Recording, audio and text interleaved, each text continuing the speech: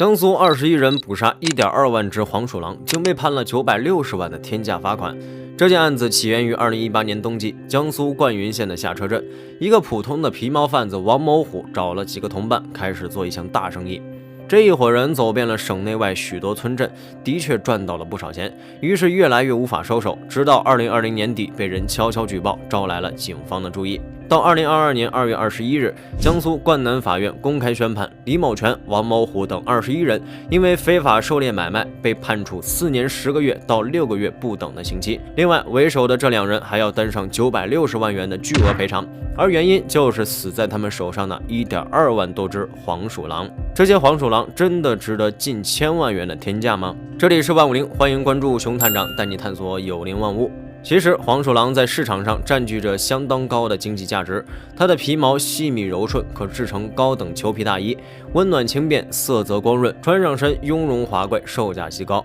尾毛润滑耐磨，富有弹性，可制成品质极佳的狼毫毛笔，是我国重要的出口物品。黄鼠狼肉质鲜美，还能作为野味端上食客的餐桌。可养殖黄鼠狼的成本投入太高，王某虎想了想，觉得还是直接抓野生的利润最高。只是一双手，就算日夜不休的抓，又能抓回来几个钱呢？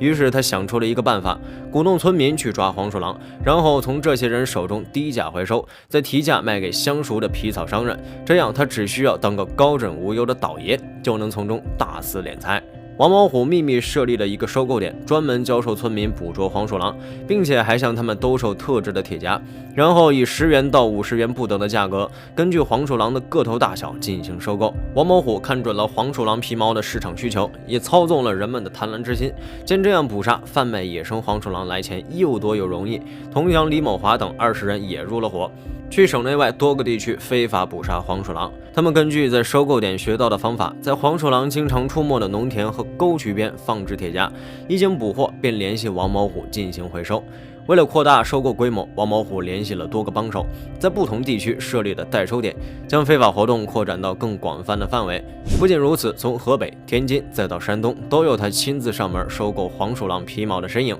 从2018年10月到2020年年末，王某虎收购黄鼠狼及皮毛12000只，他将皮毛以每张60元的价格倒卖给皮草加工厂，再将肉腌制后卖给餐馆，短短3年时间就赚取了巨额利润。2020年11月23日，灌云县公安局在接到群众举报后，火速展开调查，现场查获黄鼠狼尸体179只，皮毛2022张。最终，警方将王某虎和其他涉案人员共21人一一抓获。经国家林业局鉴定，黄鼠狼是受法律保护的国家三有保护动物。而根据公安机关的侦查，王某虎等人都是在知情的情况下组织非法活动，因此判决如下。李某全、王某虎等21人非法捕猎、收购、出售1.2万余只黄鼬，因犯掩饰、隐瞒犯罪所得罪、非法狩猎罪，被依法判处有期徒刑4年10个月至6个月不等。同时，灌云县检察院提起诉讼，每只黄鼠狼的价值为800元，因此为首的2人还要赔偿国家因野生动物资源损失而遭受的960万元损失。捕杀1.2万只黄鼠狼，最后被判罚960万元。总被人们说成偷鸡贼的黄鼠狼为何如此珍贵？根据2017年国家林业局公布的《野生动物及其制品价值评估方法》第4条规定，国家保护的野生动物价值要按照国家规定的基准价值乘以相应的倍数核算，而像黄鼠狼这样的三有保护动物，则是按照基准价值来核算。黄鼠狼是哺乳纲食肉目幼科动物，根据细分，我们可以在陆生野生动物基准价值标准目录清晰地看到，它的价值为每只800元人民币。王某虎等人共计捕杀黄鼠狼12000只，因此需赔偿国家野生动物资源损失960万元。这样的裁决符合法律规定。黄鼠狼又称黄鼬，是一种广泛分布于我国各地区的野生动物。它们外观酷似一只小型狼，体长约28到40厘米，体重约210到1200克。黄鼠狼的毛色呈黄褐色，面孔像个小老鼠，因此得名黄鼠狼。黄鼠狼作为三有保护动物，其价值不仅体现在经济上，在自然生态链中也扮演着独特而重要的角色。虽然黄鼠狼因为偷鸡的恶习而名传千古，但其实它们主要以鼠类为食，是实实在在的捕鼠小能手。李时珍《本草纲目》中记载，按广雅，鼠狼即幼也，此物见于薄鼠及离处，又能治蛇毁。黄鼠狼具有敏锐的嗅觉和出色的狩猎能力，据统计，一只黄鼠狼每天可捕捉6到10只老鼠，这样算下来，每年捕捉的老鼠数以千计。而黄鼠狼寿命长达10到20年，可想而知，它这一生能捕杀掉多少老鼠。在农田和林区，黄鼠狼可以帮助人们剿灭老鼠，维护农业和林业的生产安全，同时还可阻断鼠疫的传播，直接影响人类的生命财产安全。事实证明，黄鼠狼既能喂饱自己，又能帮助人类有效抑制老鼠的大量繁殖，不仅没有不安好心，反而是人类好心的小伙伴。其次，黄鼠狼在食物链中也扮演着被捕食者的角色。黄鼠狼会成为其他大型食肉动物，如狼、狐狸和猫科动物的食物来源，是食物链中不可缺少的一环。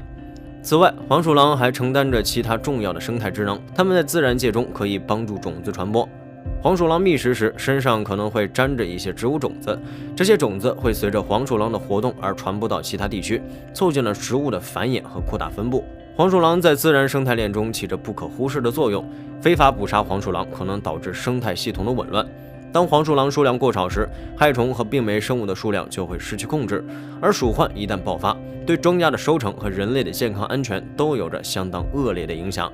江苏21人捕杀1.2万只黄鼠狼，换来了960万的天价罚款。而大量捕杀黄鼠狼的后果还有可能造成饥荒。2007年，地处鱼米之乡的洞庭湖地区爆发了前所未有的鼠患，其中一个重要原因就是当时的人们把老鼠的天敌黄鼠狼吃进了肚子里，最终导致老鼠泛滥成灾，所过之处庄稼颗粒无收。后来人们不得不大量投放毒鼠枪来惩治老鼠，可谁能想到，先是村里的1000多只家猫因误食而被毒害，2头水牛因为吃了老鼠啃食过的稻苗中毒死亡，而后堆积成山的225万只老鼠尸体也给当地的卫生健康留下了极大的隐患。疾控部门不得不紧急启动鼠传性疾病应急监测。非法捕杀黄鼠狼对其他野生动物也构成了威胁，许多动物都和黄鼠狼存在相互依赖的关系，它们之间形成了复杂的食物链和生态网络。黄鼠狼的大量减少会导致其天敌食物短缺，生存受到威胁。同时，一些依赖黄鼠狼洞穴作为巢穴的动物也将受到影响，